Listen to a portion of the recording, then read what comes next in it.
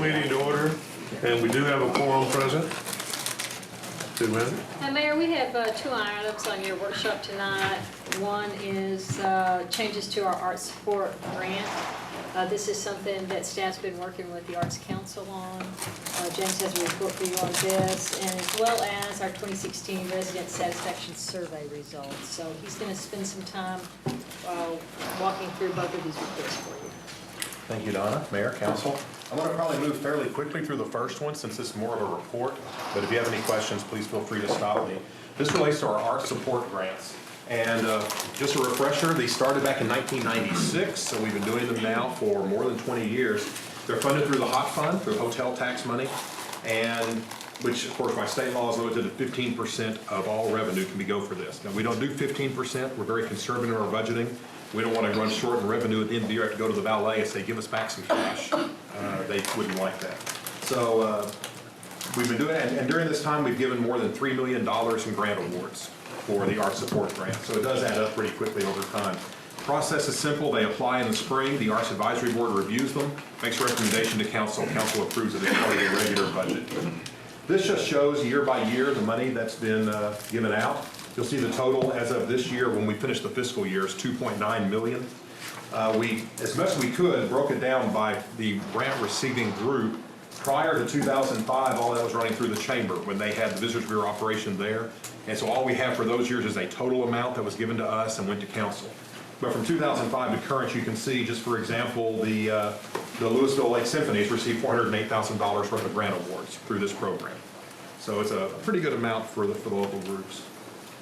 Now, I'm going to gloss very quickly through this. The 15% cap I told you about. It does require in state law that any expense of hotel funds must support tourism and the hotel industry. It doesn't say exactly how to do that or how to measure it. And interestingly enough, out of all the allowed expenses in the law, the only one that is very carefully detailed and given a long list is art support. It's almost an outlier in a way. That they added it in and they decided to list any kind of art form you can imagine is in there. I didn't put the list here because it would fill an entire slide. But every form of art possible, they've included in that, in the grant. Now, when it was started, the purpose of this was to create and foster what was then a relatively young and small arts community in Louisville back in the 90s. And it has grown considerably over the time, but the purpose really has stayed the same, to expand and grow the arts community, to make it a viable tourism function, but also for our local residents to enjoy, to be able to access cultural arts in various forms. The original forms had that language on there. Somehow, during one of our transitions, when it moved over from to the Arts Board running it, that purpose was deleted from the form. We don't know how, but we know it exists. It just doesn't exist on paper. We'll get back to that at the end of the slides. So here's the status. This year, there's 7 groups that are receiving grant funds. There were no new applicants this year. The total award is the same $164,800 we've been doing for the department, $168,400 we've done for the past 5 years. And the awards for the groups range from $3,603 up to $42,000 for those 7 groups. There you see the criteria that the Arts Advisory Board uses. They have a worksheet. They go over each individual board member, does a worksheet for each grant application, and they rate them on all of these items, these 25 criteria. They're 4 points each, total of 100 points. And that creates a baseline to determine grant worthiness of the various applicants. And yes, it is possible for an applicant to get 0. There have been applications that have been deemed unworthy of grants. There have been applications that have received more than they requested, not very often. They usually ask for more than we can give. But to the extent they can, the board does its evaluation and the awards based on that merit. So it is a competitive, merit-based process. Now, about every 2 or 3 years, staff gets together and talks about the support grants program and tries to look and see, is it accomplishing our goals? Are we doing what we think we need to be doing with this? And are there areas to make changes or improvements? And we usually have little tweaks. This time we identified several potential concerns that staff took to the Arts Advisory Board earlier this year. One is that we've had no new applicants since 2013. So basically in 4 years, everybody that's applied has been the same people applying, the same groups. In addition, several of the groups that are receiving grants this year are receiving grants for essentially the same program they received a grant 4 or 5 years ago. So if they were doing, say, 6 shows then, they're doing 6 shows now. And so you're not seeing a growth in programming. It's almost become sustaining what they already were doing.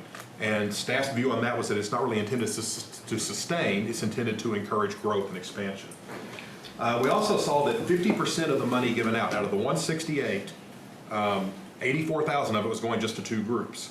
And those are the larger groups, they do the larger series, it's certainly justifiable. The board had no problem making those awards based on merit.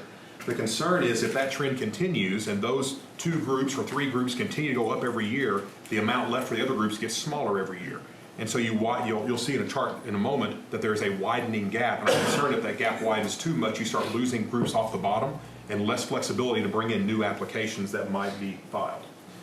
And then we also saw very limited connection to tourism. We've been working on this for a number of years. We've worked with the groups and they do make an effort to connect their programs to tourism. Again, state law doesn't say how you measure that. There's no provision that says a play that receives grant money must put 5 people in hotels. But we need to show some kind of connection so that the hoteliers understand we are making that effort. So those are issues that we saw that were potential concerns. And we went to the Arts Advisory Board with these, with some suggestions of how we might address those. And off of that, they have now voted to implement 5 changes to the program. They voted unanimously to do that back in June. These program changes, though, even though they were in the middle of the 16 grant cycle, would not take effect until the 2017 grant process. The applications that are filed in March, reviewed in May, awards made in July, and approved by the council next August, September, that gives the grant recipients currently, at this point now, I guess 6 months really, to prepare for those changes. There's a couple of them that they'll want to at least know about as they prepare their grant applications. We didn't want to surprise them with a change that might make it difficult for them to participate in the program. So the first one is to require zip code tracking. This is to help tie these grants to tourism. Zip code tracking can tell you if you're bringing in audience members that don't live in Louisville. And while we love Louisville and we serve Louisville, it's tourism dollars, we need to see some zip codes that maybe don't start with the same 75 that we have now. So zip code tracking has been encouraged for a number of years. For about 4 years now, we've encouraged it. And we ask them occasionally for zip code tracking, and honestly, the answer usually is, oh, we're getting to it, or we've got partial, or, oh, did you really mean that? Because it was just encouraged. Now we think it needs to be required. We've looked around, a lot of grant bodies in the area do require this. Plano requires this, several others. It's a fairly easy process for them to do. It does take some work, but it's a fairly easy process to do and report. So we think it needs to be now required on their quarterly report so they show the zip code tracking that they've done.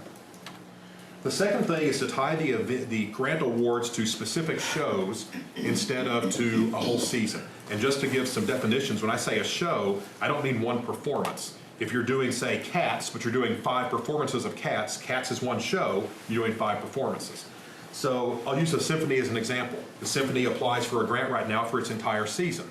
They could still do that, but they would itemize each of their shows. We're going to do 2 performances of this, 2 performances of this, 1 performance of that, and the grant would be broken down to those numbers. A couple of reasons for that. One is these are not supposed to be sustaining funds, and it even says that in the grant specifications that council's reviewed in the past. This is not money to live on, this is money to do programming with. And if, for example, there's a show being put on a facility 5 times out of the month, the grant shouldn't pay for the electricity for all 30 days of that month. It should pay for only those 5 days. By awarding the grant based on performance, based on show, we can break that down a little better. And we've had 2 cases in the past where a grant recipient was unable to complete a show for some reason, either canceled it or relocated it. And attempting to get a clawback of that money and say, well, we gave you money for this show, you didn't do it, we need to get our grant money back. That was very difficult when the grant was not itemized. And this way it'd be a very easy process. Something we hope doesn't happen, but it's happened twice before, so it could certainly happen again. The third item is to cap grant awards based as a % of the event budget. This is what we do right now is a particular arts group can only receive grant money equal to 50% of their total budget. That's already in there right now. It's been in there for a number of years. If you change the grants now to where they are based on a show instead of on the overall season, then that 50% cap needs to be per show, not the overall season. So even if your annual budget is 50,000, if you're planning to only spend 10,000 on this series of performances, then the most you can get for a grant is 5,000. So it's just taking that 50% and changing it to the show-based paradigm. This one was the one that could have had impact on groups, and in the future it might, but we felt like it was probably the most important one, and that is to cap the grant award that a particular group can receive to 25% of the total amount the city awards. So this year we awarded 168.4.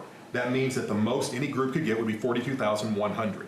That's partly to make sure that we leave some wiggle room, leave some flexibility for new groups coming in, and we don't wind up having just a couple of groups that take all the funds and leave none for the others. It's also to encourage fundraising. If groups go out there and raise more funds and do more things, that's good. If they're tapping non-city sources, and some of our groups are very good at that, some of them could do more. Just a note, this year, the highest grant award received was 42,000, so it would not have affected this year's at all. What they're getting this year, they would have gotten even with this 25% per agency cap. What it would mean is, if the total pie stays the same next year, then a group getting 42,000 this year could get no more than 42,100 next year. I will let you know that the Arts Advisory Board has already hinted at the idea that they're going to request an increase in the total pie next year. If you look at it, we haven't had an increase in 5 years, and hot revenue has gone up considerably over those years. So there's probably a justification, and we've already heard from, I think, 2 other groups that have not applied in the past that are going to apply this year. So we think there's going to be a request to council, and if the numbers support it, we'll bring that to you. James, talk a little bit about the difference in the 15% in what we budget and what goes to public art. Absolutely. So state law caps us at 15% of hot revenue to go for art support. So if we have $2 million in revenue, we have $300,000 we could budget for art support. This comes out of that, but so does electricity at the Art Center comes out of that, and so does public art. What happens at the end of the budget year, and council made this direction 2 years ago. So at the end of the fiscal year, we look at what the total revenue was, and let's just keep round numbers. Let's say we brought in exactly $2 million to the penny. And we look, and we could have spent $300,000 on art support, but we only spent $290,000. That $10,000 rolls into the public art fund. So it creates a continuing source of money for public art. Now, if we go in and we spend all $300,000, none rolls over, and that might happen at some point. But that's the process that's in place right now. So if you increase the amount you're giving to the groups, you're going to be decreasing the city's contribution to public art. Unless the overall revenue goes up, that's absolutely true. And that's where we have to look and make sure the total hot revenue is continuing to go up. If it's not, then we really don't want to commit all 15% to that one purpose and lose the other flexibility and the other purposes. And this just shows, again, the groups at the top here, they're getting the larger grant awards, they're also doing the most programming. And for the most part, they do the most fundraising. So in terms of base merit and scores, that's where they scored. But you can see the significant gap and a growing gap between the larger groups and the smaller groups, and it doesn't leave a lot of room for new groups to come in. So this is where we're looking at that, cap it at 25% of the total amount, and that hopefully will encourage fundraising by the current groups and allow new groups to come in. And then the last one is to require some regional advertising for part of the grant-funded programs. Again, this is back to the tourism tie. If you advertise only in Louisville, put up flyers and posters only in Louisville, and draw only Louisville residents to your show might sell out, and that's a great thing, but you haven't done a tourism function because they're at home and they drive to your show and drive back home. There's no tourism impact. State law defines tourist as someone who goes from one city to another for purposes of business or pleasure. Pretty broad definition. Someone from Flower Mound coming here to work at City Hall is technically in the law a tourist.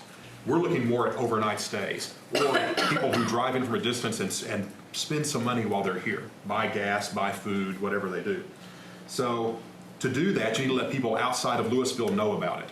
And this provision here would say out of the grant money you receive, 3% of that needs to be spent on regional advertising. That's advertising outside of Louisville. It could be online advertising, it could be print, it can be TV, it can be posters you put up at Denton, at UNT.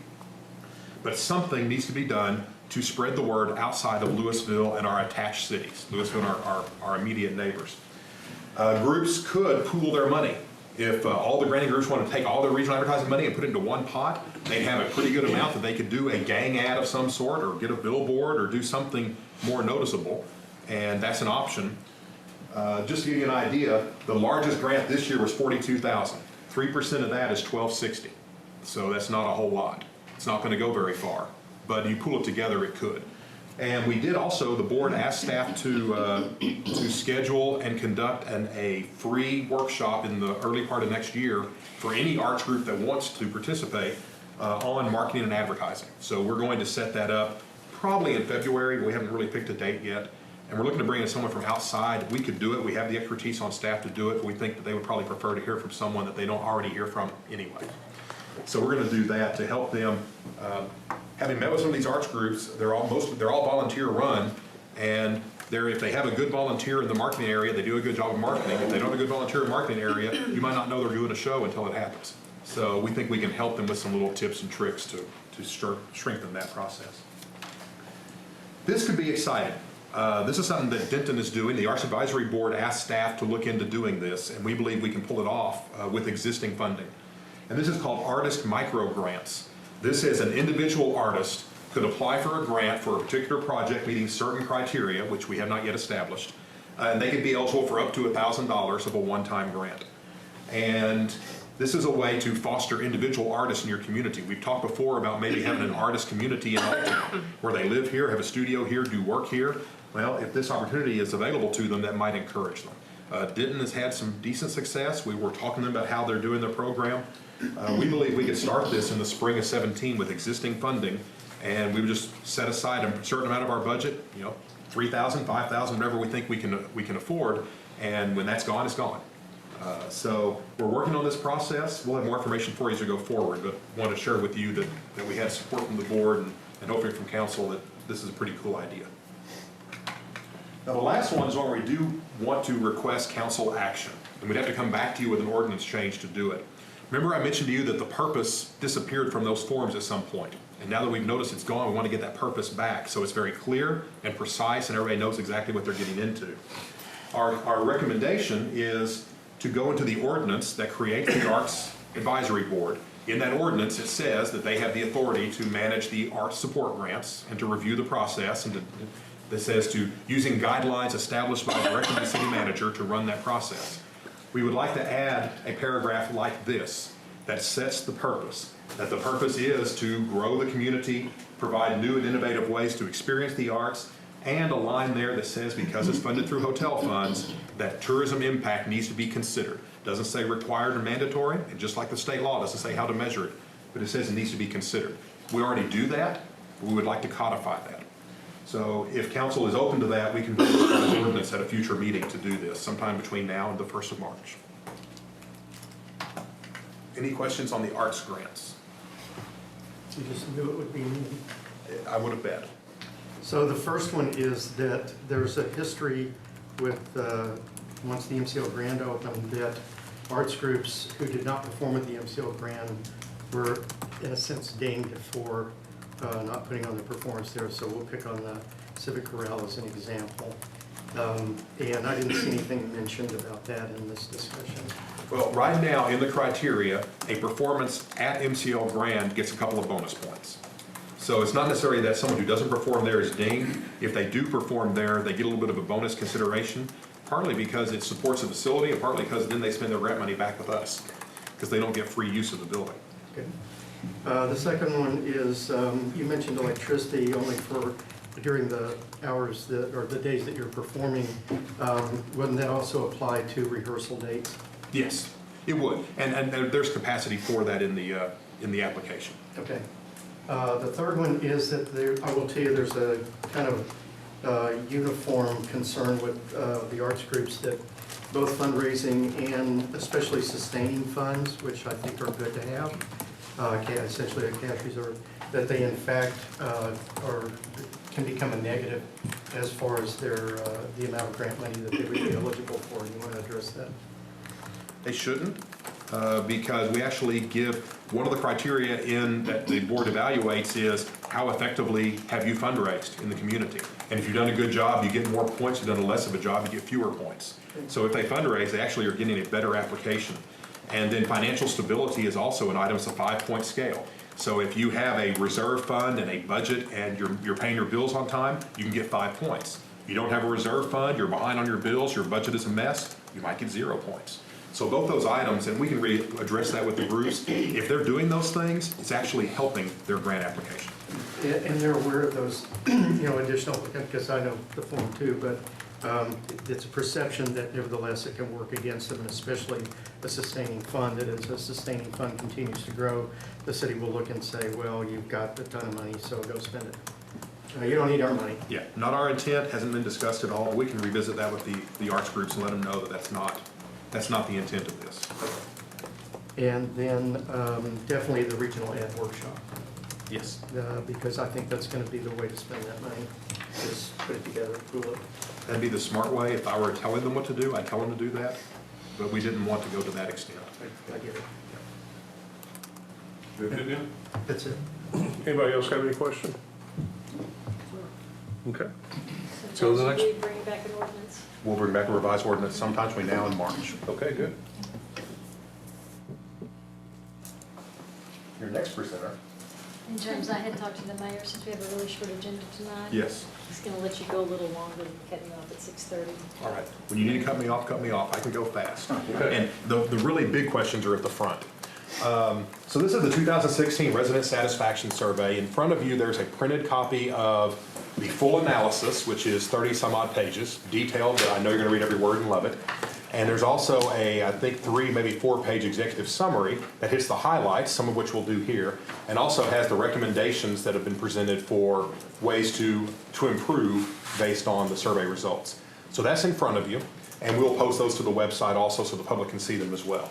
I want to hit some of the highlights today on the survey and show you graphically what some of these results are. What's really exciting about the survey presentation now compared to past years, you might remember in 14, I told you it's the first year we've done it, we can't compare to the past. In 15, I said we've done it twice, that's not good enough. Well, now we've done it 3 years. So for some of the key questions, we have 3 years of trending data, and you'll be able to see how the data compare year to year. This is the same slide you've seen before.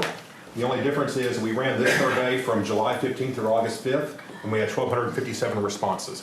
What this says, for those who haven't seen it before, is that we do an opt-in survey online, and that does influence the results in various ways. They're really heavily detailed in your analysis. One of them is that positive ratings tend to be about 5 to 8 percentage points lower than in a telephone opt-in survey. And also, you have higher extremes on positive and negative in an online opt-in survey than you do in a phone random sample survey. But we have enough responses here, we feel like some of that evens out. Would there also be a difference in the people that you may be contacting online versus on the phone? You would think there is, and to some degree there is. You'll see that the demographics show that in the idea in the past has been, well, older residents might not participate in an online survey. In our surveys, they participate more than their younger counterparts. I think what we're not hitting, you'll see in there, we're not hitting apartment residents even with this survey. We try with posters up, we put stuff in the apartment newsletters, they're not participating. And we don't know how to fix that. But surprisingly, older residents, you'll see in the demographic in a couple of slides, are all over this thing. And we saw that especially with the Multi-Gen Rec Center survey. They dominated that survey too. They figured out how to get their opinion known, and that's a good way. Says seniors helping seniors. Yeah, The high school teaching them how to Could be. use Could their be. iPads. Maybe they're doing the survey on their iPad while they're. I need to put my mother in there. So, All right, thank you, So, Judge. oh, my pleasure. So how do we use survey results? Well, we use it to identify problem areas, areas where we're not meeting the expectation of the community. We do it to identify emerging issues, things that were going fine for a while, but now there's a little bit of trouble. And we also do it to identify areas that the public is telling us they want something done, and we maybe overlooked it or didn't really think there was a demand. I'll give you one example. Over the past couple of resident surveys, we saw that sidewalks got a pretty low ranking. We thought, well, we don't know exactly what, is it not enough sidewalks? Is it they're not big enough? They're not, we don't know what the issue is. So this spring, when we did the property maintenance and police operations survey, we asked more detailed questions on sidewalks, and what we found was sidewalk maintenance was a big issue. And in fact, in terms of appearance of neighborhoods, that was one of the top 2 issues in neighborhoods, street parking and sidewalks. So if you can clear the cars off the street and have brand-new sidewalks, it makes people feel better. Well, we couldn't do that, but what the manager was able to do is increase the amount of money in the budget for sidewalk and street maintenance because the survey told us that's what the people really wanted. So that's the way we can use those survey results. What we look for in surveys, when we're looking for area, we always want to look at really high numbers and really positive numbers. But what I always look for is the bad ones, because that's where we can fix things and make things better. So we look for numbers that are below what are acceptable numbers. If we think a 75 is a good number, anything below that, we mark. We look for ones that have dropped suddenly, that were 90, 90, 90, 80. 80 is still a good number, but it's way down from 90. And so we see that as possibly an emerging issue. And we look for ones that have gradually dropped over time. Maybe gone 95, 93, 91, 88. We're seeing a decline. There's got to be something to reverse that. So we look for all three of those. Here's, Councilman, we're talking about our participants. If you look here, 68% of the participants were 45 and older. And that is a higher rate than our population at large. And 61% have lived in Louisville 10 years or longer. And the big ones, 89% are homeowners as opposed to apartment dwellers. So the demographics are similar to the U.S. Census, but in a couple of areas they're significantly different. And that's the biggest one is home ownership. You'll also see we are underrepresented in this survey in 75057, anything east of the interstate. We're underrepresented there. That's been the case of every online survey we've done. It might be a reflection of internet penetration, might be a reflection of demographics. I don't know exactly what it is, but certainly east of the interstate, we're not getting participation there that we would like to have. So, big question. This is the satisfaction rating that cities talk about when it's good and hide when it's bad. Ours is good. So we ask in general, how satisfied or dissatisfied are you with the quality of life in the community? And what we found is 1/4 of our people are very satisfied. That's a good number, 1/4 of them being very satisfied. And another 66%, 2/3, are satisfied. So you've got a total rating of 91.05%. And that's a very good number. When we were doing the telephone opt-in surveys, we were about 92, 93%, so it was higher. But remember, they were not opt-in, they were telephone random sample. This is an online opt-in, and the research shows that this should be about 5 to 8 percentage points lower than a phone survey, and we're 2 points below where we were with the phone survey. So that statistic, a statistician would tell you people are happier now than they were 12 years ago. Regardless, 91%. And then a 10.2 satisfaction ratio. That's an important thing when you look at, when you take the positive answers and the negative answers and make a ratio, a fraction out of them. You definitely want to have a 3-to-1 ratio. You're trying to get anything above a 4. We had 10.2. That means for every one person who was unhappy, there were 10.2. 10 people who were happy. The 0.2 we'll ignore. So 10 happy people to 1 unhappy person. Something to remember, if you get an unhappy email, it might well be a 10-to-1 ratio for those also. We still take them seriously when you try to deal with them, but there's 10 happy people out there that would disagree. And there's the pie chart over there, the blue and the purple are the good colors. So how does it look over time for 3 years? It's a positive trend. You look here in the middle, we went from 88.24 to 89.25, 91.05. Now those are all, it's a total of less than 3 percentage point change over those 3 surveys. Statistically, that's dead even. Statistically, those are pretty much identical, but you look at the trend and it's a positive trend, so we like that. You see a similar but kind of odd trend with the very satisfied. So the numbers are consistent over time and they're gradually getting better. Then we said, during the time you've lived here, has the city, as a community, improved, stayed the same, or gotten worse? And what we see here is nearly half the people said it's gotten better. And you'll see on the next slide, that's a very good number compared to past results. About 1/3 said it stayed the same. We had about 1/5 say it's gotten worse. Overall, the ratio there is 2.6 to 1 of a positive ratio. On a 3-point scale, that's pretty good. We normally use a 4-point scale, a positive, negative, intense, positive, negative, or intense, negative. Here is a 3-point scale, improved, middle, and bad. But a whole lot of purple and blue over on that chart. And over the course of 3 years, you can see that the improved group has gone from 43 up to 46. Statistically, over the 3 years, it's not a big change, but from last year to this year, a noticeable change, 5 points. That is statistically significant. And then our ratio is improved every year, 2.2, 2.3, 2.6. So again, it's not like there's a massive dramatic change in how people are feeling, but gradually they are feeling better each year than they did the year before. That's what we want to see. That's what we want to see. Here's the endorsement. Some of you have heard me go through this before. This is my favorite question. Because you might like the car you're driving, but would you tell your family member to buy one? Would you endorse it? That's what marketers want, is an endorsement. So we asked people, would you endorse Louisville if someone you knew were looking for a place to live? 41% said they were very likely, 41% said they were likely. You add it up, that's nearly 83% of the people who live here now would recommend to a friend or family member, yes, live in Louisville. That's a very high number. We did not expect anywhere near that when we first asked it. A lot of purple and blue. And only 44 people said very unlikely. So we got to work on those 44 somehow. But we like that 82%. And then a 4.1 ratio, so a very strong positive ratio. And here it is over time. And 2015 was an anomaly in some cases. Our numbers went down in several areas, but they bounced right back up in 16. So we don't know what was happening there. But overall, pretty steady. Significant increase from last year, but steady compared to 2 years ago.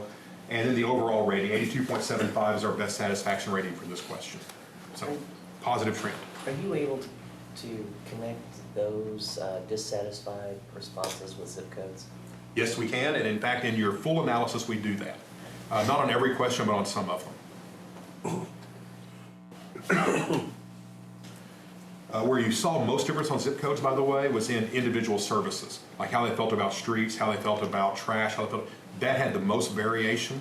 What we found is 75077 tends to overall be happier with everything except parks.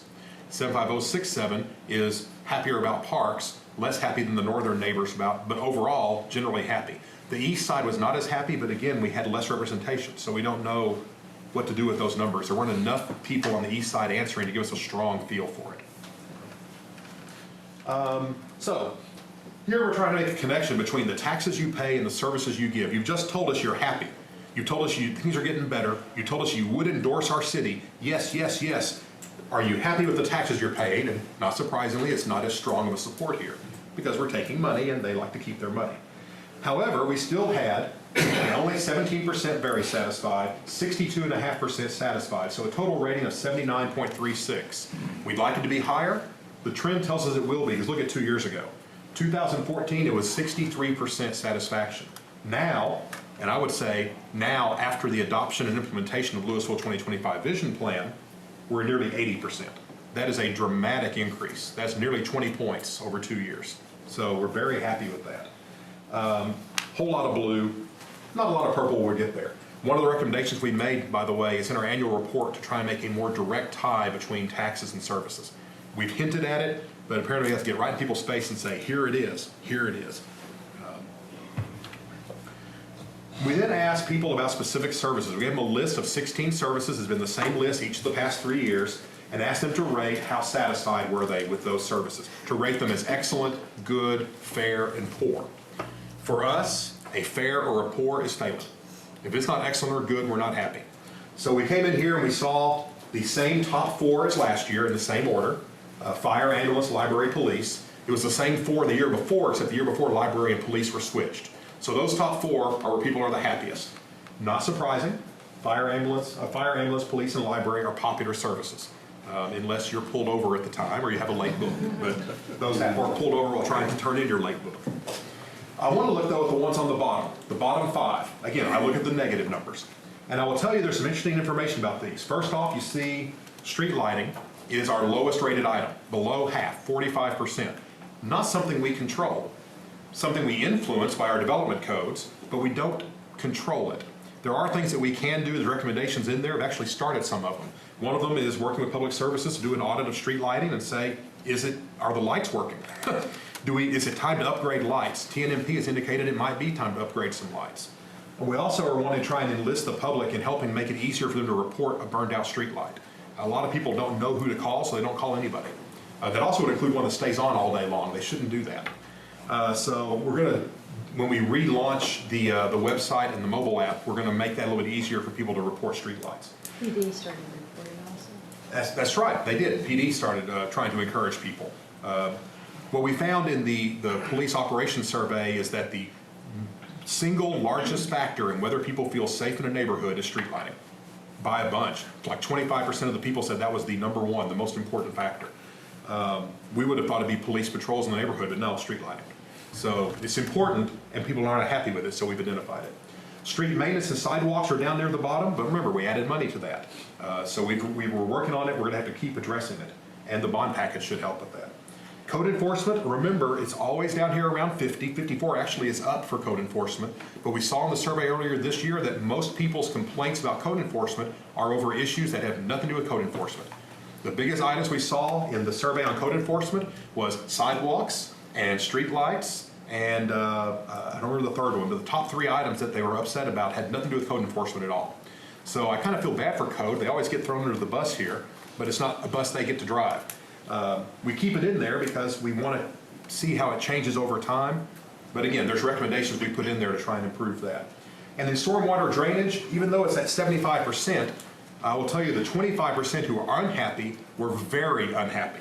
When you look at the intensity, the negatives, usually your negative will be larger than your intense negative. You'll have more people who are, yeah, it's okay, and not as many people saying, oh, it's horrible. Here, the intense negative was bigger. So the people who are not happy with stormwater are really not happy with stormwater, and they're probably the ones that we're going to try and address through the stormwater drainage utility. They probably have water issues. So those 5, we're doing things to work on.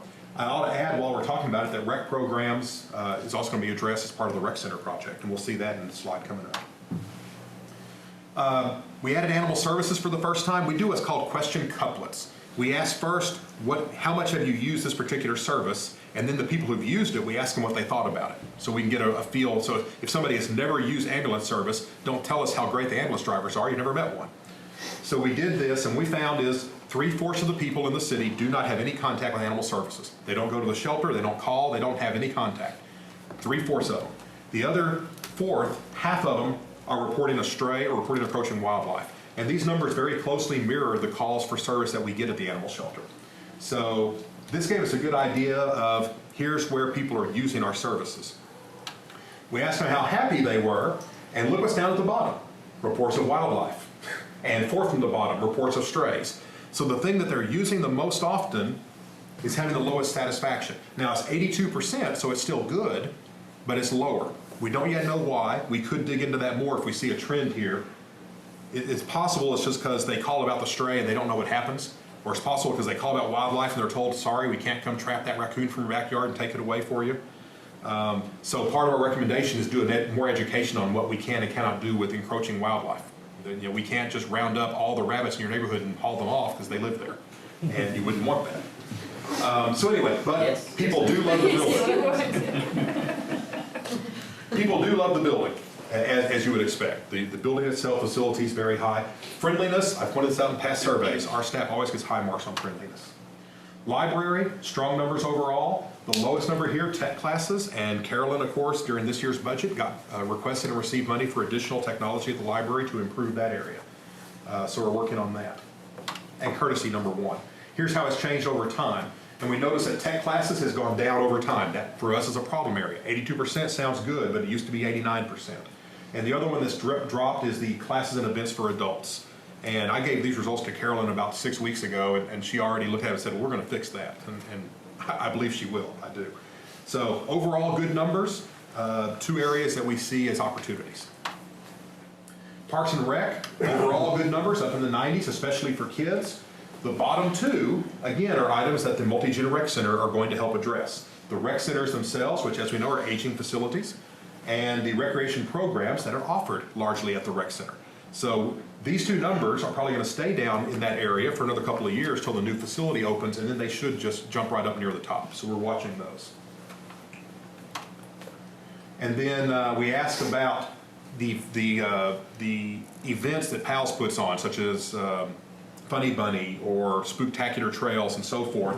And we asked what causes you to want to go, and we found is when is it, where is it, and what does it cost? And that's what we expected. That's what we thought it would be. It's good to know that that is very important to them, so we will keep that up there. Council for years has wanted our events to be free. What we see here is people like that, and in fact, they expect that. They've gotten used to it. Maybe you spoiled them a little bit. They want things to be free, and we're able to accommodate them. At the bottom, you see items for children. What's interesting there is, like we saw before, 66% say that's important, but they said it was extremely important. And the ones who said it wasn't important, they weren't so intense. Like, I don't really care one way or the other. They didn't have children. There's a cross tab in your analysis that shows when you compare it, families with young children, that's why they go. These activities for kids. It's free, it's close, and I have kids. So if you took those away, you would have a dramatic drop in attendance. pet-friendly events is down here, but again, the people who supported it really supported it. Now here, people who didn't, there were some intents there. It might not affect your attendance as much, but it could. Door prizes, giveaways, people didn't really seem all that interested. They'll take it if it's free stuff. If we're trying to support a sponsor and get the sponsor out there, that helps the sponsor, but it's probably not something we want to invest a whole lot of time in when we see everything else was higher up. Communication, I'll go straight to the 3-year numbers. You can see what's interesting here is that every number is going down. Every number is dropping, and that shows what you're seeing in communities across the country is that people are using more and more diverse sources of information, and we can't just use 1 or 2 items to reach everybody. This is why we have so many tools in our toolkit, because we can't just do the e-newsletter when we see that a declined number of people are using it. We can't just use the website when a declined number of people are using it. We can't just use any one of these. That's why we use so many different tools, and we keep adding more tools because the people are diversifying. My new favorite slide, 2025 plan, and I broke my rule. I'm showing you 2 years of data instead of 3 because it's a big change. We asked people last year, how familiar are you with Louisville 2025? And 50% said they were familiar, 50% were not. We asked again this year, 62% are and 38% are not. What happened in the middle? A lot of successes and the annual report that was mailed to all addresses in February. It also showed that the people who know about it, you'll see down the bottom, those numbers grew a lot. In some cases, they doubled. So not only are people aware of it, they're actually interested in seeing what we do with it and tracking progress. So one thing going forward we're going to do is do a better job on the website of showing that progress as we go along instead of just periodically. This really just shows that telephone is still the #1 way that people contact the city. And even though you think we're in a digital age, if they're mad or if it's important, they pick up the phone. They don't go for email. Online survey should be 100% because they did this on an online survey. I get a kick out of that. And this just shows the trend over time. You'll see telephone has actually gone up from 23% to 27%. People like to use that telephone. We're never going to get rid of telephone service. How easy to give feedback? We see it was very easy for most people. 85% said very easy. But then when you compare to, oh, here it is. It's gone up from 84 up to 85 over the past couple of years. But when you look at how responsive is the city to feedback, only 74% said it's responsive. So 85% said it's easy to do. 74% said we respond to it well. So that's an area that we can do a better job. And we got some recommendations in there for that. And you'll see that number over the past 3 years has gone down. Not a lot. It's still statistically no significance, but it's gone down a little bit. And then we asked about when you called in, again, courtesy, we're at the #1. What's at the bottom? Follow-up and dealing with the problem and calls in a reasonable time. So some of those follow-up issues, and that's addressed in the analysis also. It's a tough one. People want a personal call back on everything they say, and we just don't always have the staff to do it. So we're looking for creative ways to address that. And you see some of these numbers have gone up. Most of them have gone up. The courtesy, and especially the bottom one about that the employee represented the city in a positive manner, has gone up from 76 to 83. So a good trend. There are other questions in there that we didn't pull in the analysis. They really didn't show much to us, but they're still interesting. We added Leela for the first time, social media, online request system, and so forth. You have the executive summary, you have the full analysis, and I always end by saying that the numbers are good, but we can do better. And that's our plan, is to do better. So, any questions on this? The first one is, so all of the satisfaction questions are worded the same way, or how satisfied or dissatisfied. If you looked at randomizing that order, satisfied, dissatisfied versus dissatisfied, satisfied, because the order in which that's presented can influence the answer. It can. We haven't done that. It's something we might try at some point, but we have not looked into that at this point. Okay. We do rearrange the questions at times. I kind of would like to look at that potential of seeing if it has any influence on, Okay. and then tracking, keeping track of You bet. what you did that too. Who responded to which order? To Yeah, see we if it can makes any track them separately in the results. The second one is on communication, no mention of the billboards. And so, did I miss it? I think it said, no, here there's not. There's another question that we've had in past surveys that asked to rate effectiveness of all the various tools, and digital signs and billboards is in there. We took that question out this year. Some of our questions are moving out to a 2-year cycle. because over time, we're not seeing very much change at all. Okay. And so that's a 2-year cycle item now. Okay, as long as it's Yeah, we didn't ask it this year, we'll ask it again next year. periodic. And then, We took out MCL Brand this year to add animal services, we'll switch them back out next year. and then the third one is, I'm wondering if some of the responses to follow-up were maybe because they got an answer, they got follow-up, it was what they wanted to hear. We think it could be, and in fact, if you look at it where it says, got results in a timely manner, well, That's what is what I saw. timely? Yeah. For some people, and that's in the analysis also, for some people, timely is, you call me back within an hour. And for some people, it's, hey, eventually you let me know. So we don't have a great detail on what that answer means to people. What we really have is just generally what the perception is. I think that maybe look at some way to get a better grip on what does that mean. If we're going to delve into that, it'd be a follow-up survey. We usually recommend a follow-up survey in the fall and one in the spring. We're not doing one in the fall because the consultant we've hired to do an Old Town marketing plan is doing an Old Town marketing survey that we're helping them distribute. So that's going to take the place of our fall survey. We'll come back in the spring, just like we did this year with police and code or property of maintenance. We'll have something in the spring. We don't yet know what that topic will be, but communication could be one. Okay. So My James, thought, another way to measure that might be better use of our online system, the complaint system. I Yes. know sometimes when I get a complaint, I'll deal with it, and I don't always enter it into the system, and I'm afraid that a lot of us may do that. So we're not always getting a really good measure, but that's another way to track it. okay. I just think if we're gonna try to fix it, we gotta get a better understanding of We what it do, is. and you're You're right. correct about that. Does anybody have anything else to add for right now? You said about 11% of apartment dwellers respond to this? Or 89 to? Yeah, that's apartments, and it also includes renters, and it also includes in a senior facility. Okay. And it's, That's 11% of the response, that's Respondents, yeah. 11% of the apartment dwellers. 11% of respondents, but in reality, citywide, it's about half, 50-50. We're not Okay. anywhere close to 50-50, we're 89-11. Okay. Anybody else? Thank you, James. So we're going to move very quickly into the agenda, see if there's any questions. We'll start with the public hearing, item C. Any questions?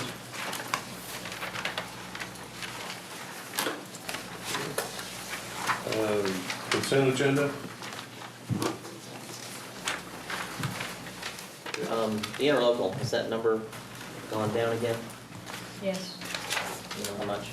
$2,500, and that was because they took out, we have a number of residents that live in Dallas County, and we had to remove that number from the calculation. Otherwise, wouldn't it stay flat? The state flat. Oh, okay. Is that the library you're talking about? Yes, sir. That's all. Okay. Number 5?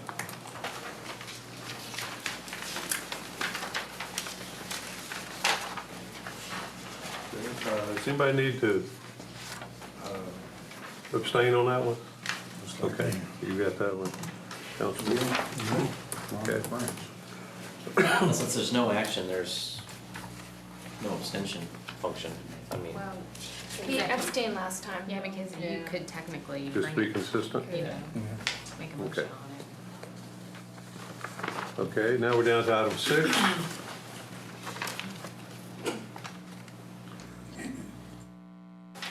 Nothing? Now we've got 11 minutes, and we'll convene in the council chamber.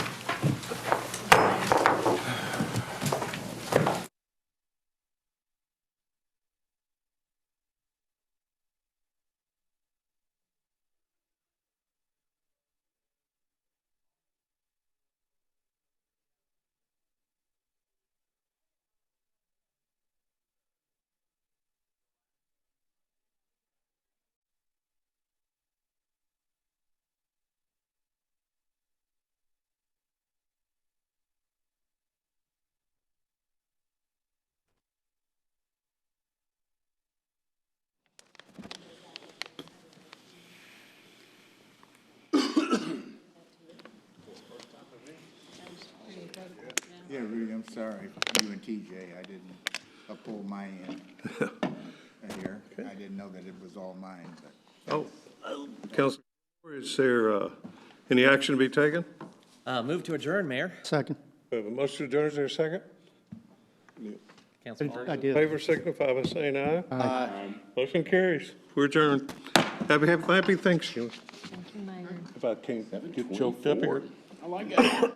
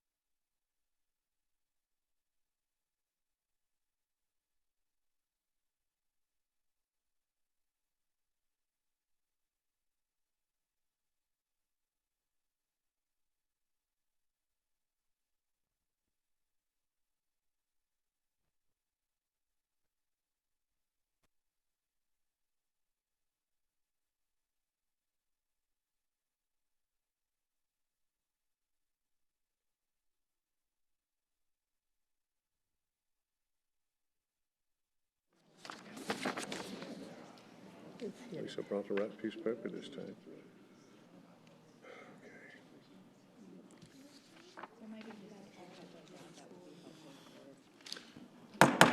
It's 7 o'clock. We'll convene into the regular session of the Louisville City Council. First two items are the invocation by Deputy Mayor Pro Tem Vaughn and the pledge to the American and Texas flag by Councilman Jones. Please stand and join me in a moment of silent prayer.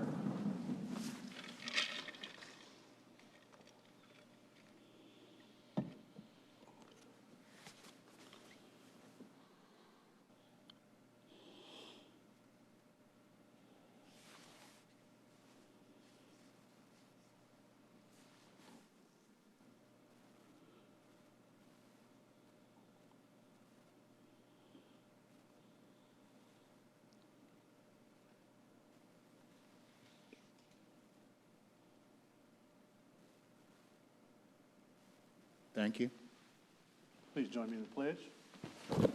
I pledge Allegiance to the flag of the United States of America and to the republic for which it stands, one nation under God, indivisible, with liberty and justice for all. Under the Texas flag, I pledge allegiance to thee, Texas, one state under God, one and indivisible.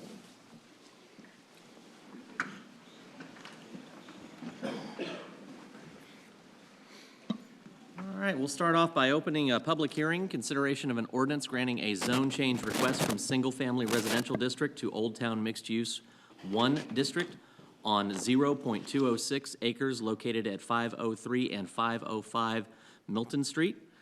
The proposed Old Town Mixed Use 1 zoning is consistent with the zoning recommended by the Old Town Master Plan. P&Z recommended approval by a vote of 7-0. And the recommendation is that the City Council approve the proposed ordinance as set forth in the caption above. This is an open hearing, so if anyone has any comments to make, I did not get any comment cards at this time.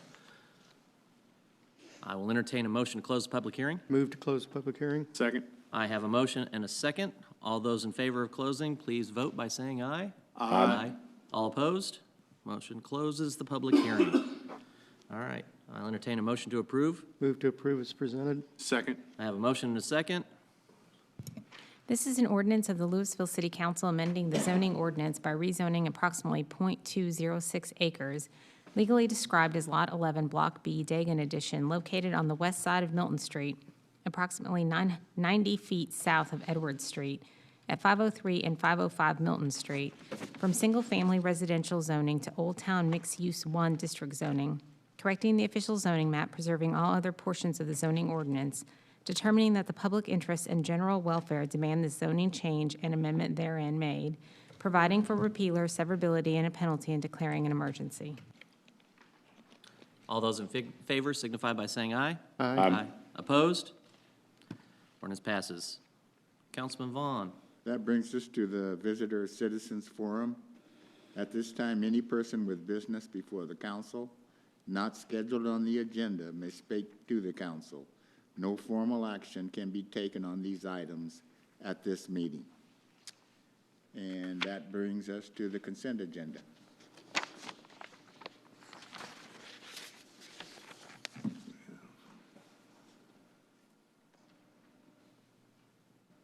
Move to approve the consent agenda. Second?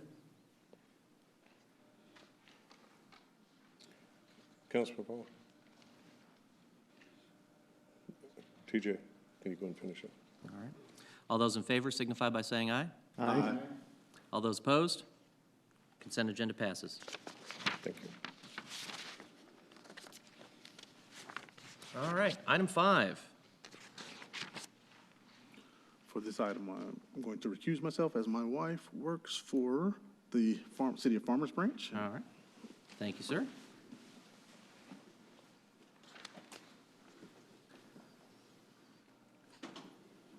This is the third and final reading of a consideration of an ordinance granting a zone change request from Agricultural Open Space District, Light Industrial District, and Specific Use, Landfill Operations District to Specific Use, Landfill Operations, and Accessory Use District on 470 acres located at 580 Huffines Boulevard. And this will be the third and final reading. Ms. Plaster?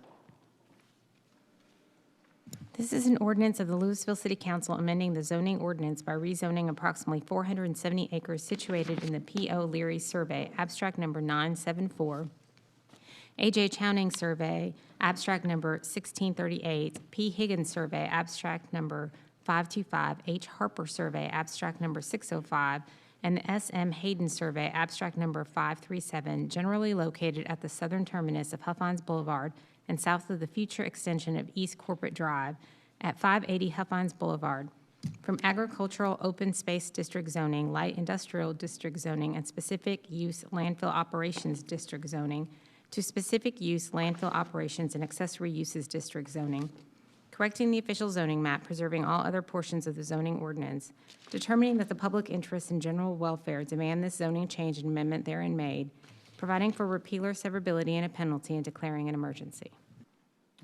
This being the third reading, there's no action to be taken.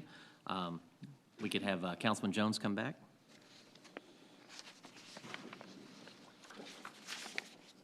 Thank you, sir.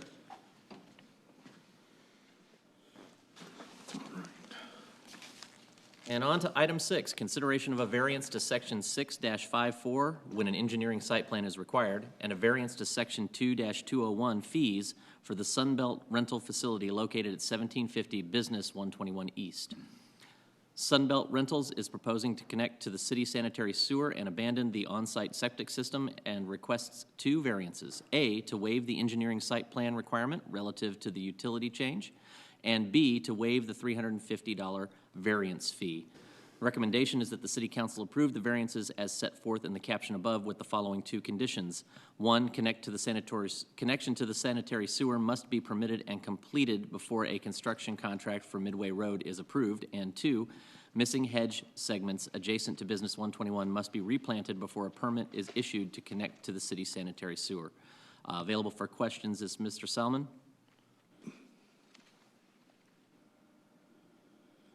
If there are no questions, I will entertain a motion. Make a motion to approve the variances with the attached conditions. Second. I have a motion and a second. All those in favor signify by saying aye. Aye. Opposed? Motion carries. Thank you, Mayor Pro Tem and Deputy Mayor Pro Tem. We're now down to reports, and now we have not Nika tonight. So, anything? No, sir. Okay. Chief? Yes, Mayor, I just wanted to remind you and the council that December's fast approaching, and as in past years, Santa Claus has got us penciled in on his calendar to come to the city of Louisville and ride through all the neighborhoods, apartment complexes, and mobile home parks on the back of our fire truck. He'll be here starting on the evening of December the 5th, and we'll probably be around for a couple of weeks making all the rounds. So just wanted to make you aware of that, and look forward to having him back again this year. He's always gracious to do that, and we appreciate it. Good, thank you. Ms. Conlon? Chief? Mayor. Got to say something about the lakes. Yes, sir. Two things, actually. The lake is hovering right around the conservation pool, just slightly above. And then I did want to put a plug in. The city this year is participating in the 2016 Holiday Grease Roundup. This is an effort to keep grease, fats, and oils out of our sewer system. That's one of the biggest causes of backups, both in homes and in our main lines. And so we are partnering with the Upper Trinity Regional Water District, and we have a collection site at our facility there, the Stephen L. Backus Public Service Center out on Keeley Road. We'll be collecting oil and grease from the holiday meals, any preparation of holiday meals, beginning Monday the 28th through Friday, December 2nd from 8 a.m. to 5 p.m., and then again on Saturday, December 3rd from 10 a.m. to 3 p.m. So anybody deep frying a turkey or anything like that, go ahead and put your oil back in the original container and bring it down to us, and we'll dispose of it for you. Thank you. Thank you. It's very good. Swim. Brenda? Yes, Mayor. The city's Neighborhood Services Department is going to be holding our cookies and coffee holiday reception on Thursday, December 1st from 6 to 7 at the Medical Center of Louisville Grand Theater. The idea is to recognize the efforts of all of the volunteers, neighborhood leaders who've all worked together to meet the goals of our objective of the Thriving Neighborhoods Big Move. So all of you are welcome. There is an RSVP, but if you RSVP to me, I'll make sure you're on the list. Thank you. Kurt? Good. Yes, Mayor. I want to talk about on Saturday, November 12th, we had the annual Trinity, Keep Louisville Beautiful, had their annual Trinity Trash Bash. And pretty amazing. 464 volunteers were there, picked up 6.9 tons of trash during that time period. And it was just a huge success. The weather turned out very nice and everything. But these couldn't help without all the volunteers and everything, but it also couldn't go on without the help of the city staff. Parks does a great job in putting it all together and getting everything done. Of course, there's a police officer there that's, showing off his car and everything. But probably the most popular booth this year was the sustainability, where they had the questions, they were winning prizes. So it was a lot of fun and a great event, and the city staff deserves a huge pat on the back or round of applause for all the work that they do to make these things happen. So good job to them. And that's all I have. Okay. Councilman Jones? I just want to congratulate the Animal Services staff on the amazing fur ball. I know our city manager is going to give us some numbers in a second, but I just wanted to, it was a blast. It turned out really great, and we had a lot of fun and can't wait till next year, and hope you guys join us who didn't make it this time. I was going to let you give those numbers, Councilman, on that sheet I handed you. Okay, well, I'll give it then. Yeah, Okay. that's- Well, the goal was to raise $10,000. We attempted to we did raise the general donations in $21,000, and the amount that we estimated that we've netted is 15. So we're 5,000 over what we were trying to get. So we're doing great. Outstanding. Mayor Pro Tem? So today was International Harry Potter Day, I believe, and our library celebrated that. What I'd like to point out, however, is that when you went over there, they had the next way to create magic in our community, which is developing a makerspace in our library. So if you'd like to give some input on the types of tools available. And for those of you who are kind of wondering, what's this about tools and maker spaces in a library? Our founding fathers, when they developed the concept of the public library, so when Benjamin Franklin came up with that concept, it was not about lending books. It was about giving people access to tools and ideas that they would never have access to before. And this is just an expansion of that concept. So as we start looking at things like laser manufacturing, we're looking at 3D printers, we're looking at different types of scanners, music and art creation. All of these tools are getting to a point where they're cost effective for a library to provide those tools to folks who maybe could never have access to, and get opportunities for micro businesses to start up, for people to educate themselves on new businesses or new jobs that they might have. It's not just a place to store books. So if that has any interest to you or you'd like to go find out more, go to the library. They're doing the little dot voting, so if you see something that you like and you want to put your input in, they're asking for your input there. And if you can't make it to the library, I'm sure you can post on the library's Facebook page. They have a great visual there that you can see, and you can put some input there as well. That's all I have, Mayor. Okay, thank you. City Manager? No, sir. Okay. Councilman Ferguson? Thank you. First of all, I was going to kind of segue off of that. So the 5 days of last week, Councilman Gilmore, Assistant City Manager Goller, and I spent time at the National League of Cities Conference in Pittsburgh, and it was, I think, a really good week. There were a lot of good sessions, a lot to be learned. The highlight for me was getting to go to the Carnegie Library and collect information on things that they're doing. So I think all of us brought back some new ideas and some interesting approaches, and so we'll be putting that to use. And it was time well spent. MCL Grand, live performances coming up. We have the Nutcracker presented by Majestic Dance Academy on November 26th. They'll be doing 2 shows. A show called Passport to Wonder, presented by David Hira on November 30th. The Louisville Civic Chorale Christmas concert is December 3rd. I'm not sure if that's at the MCL Grand or Church of the Annunciation at College and Old Orchard. That's usually where they perform, but I don't know which. Snow, presented by Impulse Dance Project on December 10th. You get a lot of, obviously, a lot of holiday themes going here. And probably the big one, and it'll sell out quickly, 3 Redneck Tenors will be coming back with their Christmas Spectacular on December 16th and 17th with 3 shows. If you don't have tickets and you haven't seen them, or even if you have, and for that reason want to go back and see them again, you better get your tickets now because they will go quickly. Public events, big one every year, Old Town Holiday Stroll coming up December 3rd. And you can go online and see all the events involved in the holiday stroll. If you're not familiar with it, those who've been before can recite the long list of things you can do all day, including the tree lighting and the pancakes in the morning and Santa pictures and you name it. And then Acoustic Jam continues every Friday. Typically it's in the art gallery. Sometimes they're in the recital hall. Gets bigger every time. It draws a big crowd, very talented people, and it's free. Art exhibits, we have Once Upon a Western Sky, which are works by Derek Birdsall, and that continues through November 26th, and that's in the main gallery. And that's all I have, Mayor. Thank you. Thank you. Deputy Mayor Pro Tem? Nothing, Mayor. Okay. Counselor? City Secretary? Thank you for your work on the election.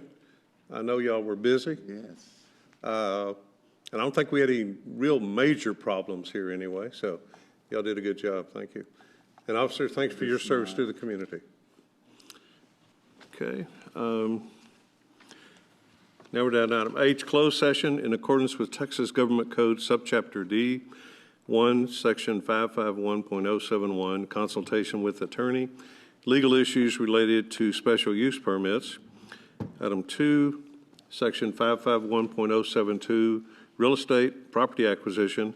And item 3, Section 551.087, economic development, deliberation regarding economic development negotiations. We will now go into closed session.